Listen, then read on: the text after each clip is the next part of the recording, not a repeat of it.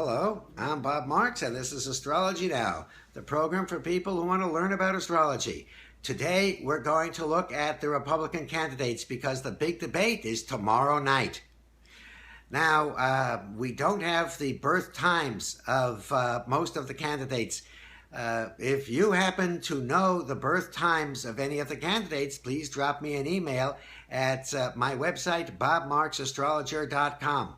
In the meantime, there's still plenty that we can tell just from the birth dates. For one thing, Christie. He's a Virgo sun sign. And Virgo is normally a laid-back sign that likes to stay in the shadows. But Christie is different. Right at the top of his chart, where the sun is, on one side he has the planet Uranus, and on the other side he has the planet Pluto. Pluto gives him guts. Pluto sitting on top of the sun, that's a runaway bulldozer. You don't want to stand in front of him when he's moving. The planet Uranus is on the other side. Uranus is the planet that stirs things up. It's the planet that has to change things. Now, the changes could be good or they could be bad, but Christie is a changer.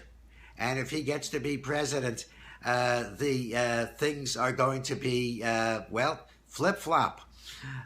It may be chaotic, it may be great, but it won't be the same. It will not be business as usual. How about the Marco Rubio? He is a Gemini. You have to watch Marco Rubio.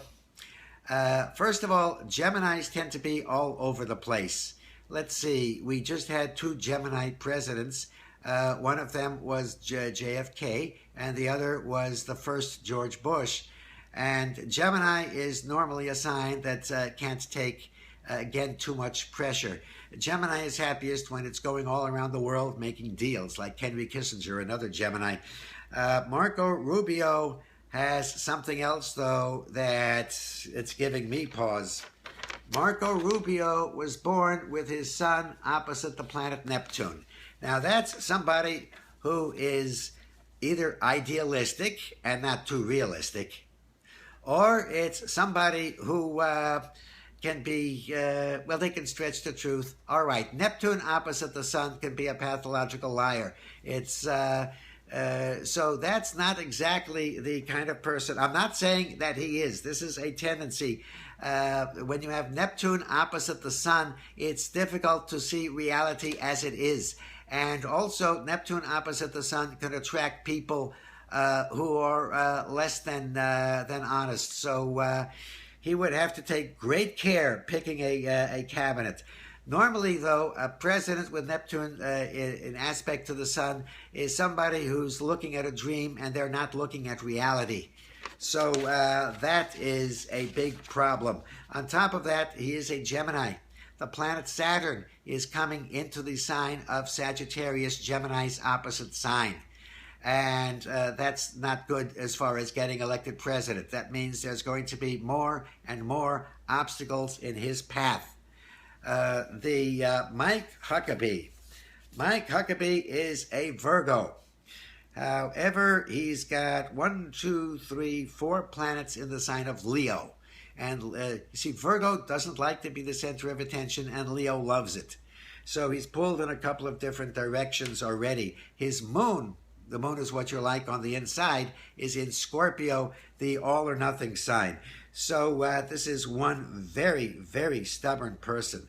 He's got Saturn in Scorpio, too. Most of his planets are in stubborn signs. So when he takes a stand, he's not going to budge. And that's a big problem. Because when you're the president of the United States, sometimes you have to change policies. This man won't be able to. So that's a problem there. Jeb Bush. Jeb Bush, very interesting chart. Jeb Bush is an Aquarius sun and a Capricorn moon. Abraham Lincoln had that. That's a good combination as far as being president. However, Jeb Bush has his sun opposite the planet Pluto. Well, that's a person who can get involved in power struggles. The thing is, this is a person who also would tend to attract heavy opposition. Pluto opposite the sun can give you traits of the sign of Scorpio, and it's never a dull moment when Pluto is involved. This is somebody that will have one struggle after another, after another, after another. This is somebody who attracts trouble. So how about Scott Walker? Scott Walker is a Scorpio sun and a Scorpio moon. And a Mercury in Scorpio, Neptune in Scorpio, Scorpio, Scorpio, Scorpio. Here is a man who could stand up to trouble. Well, look at all those demonstrations. He wouldn't give an inch. And he's got a bunch of planets in Virgo also that are making good aspects to his Scorpio planets. So those are all points in his favor. Now, I'm not speaking of the policies of any of these people. I'm just looking at their character and relating that and their horoscope to their chances of getting elected president. Scott Walker has one big negative. He's got Saturn in the sign of Aries. That's a problem for a politician because there is always something that they cannot achieve. Nelson Rockefeller had that. He never got the Republican nomination for president. Vice president was as close as he could get. Barry Goldwater had it. He beat Nelson Rockefeller for the nomination, but he lost the presidency. He lost the election big time. LBJ had it. And LBJ did not run for re-election. He, because of one of his policies, the Vietnam War, everything came crashing down around him. When you have a president that has Saturn in Aries, there is only so far they can go, and then things start falling apart. So that is something to consider if Scott Walker is running for president. How about Ted Cruz? Ted Cruz is a Capricorn, and Ted Cruz has Venus opposite Saturn. Not an easy life. His relationship area, well, he's got problems there. He's a Capricorn with the moon in Libra. Well, the moon in Libra is nice and social. He's got planets in Scorpio. One of those planets that he has in Scorpio is the planet Mars. When somebody has Mars in Scorpio, when they fight, it's all or nothing. And it doesn't matter if it's a small fight or a big fight. They keep fighting the same way, all or nothing. If you have Mars in the Scorpio, it means what you have to learn is to pick your battles. Otherwise, you'll just exhaust yourself with small battles, and you'll be drained. You'll have nothing left. So Ted Cruz has a little bit of a problem here. Actually, the country might have a little bit of a problem if he were president. Because he could get us into the wrong policy and then just stick with it.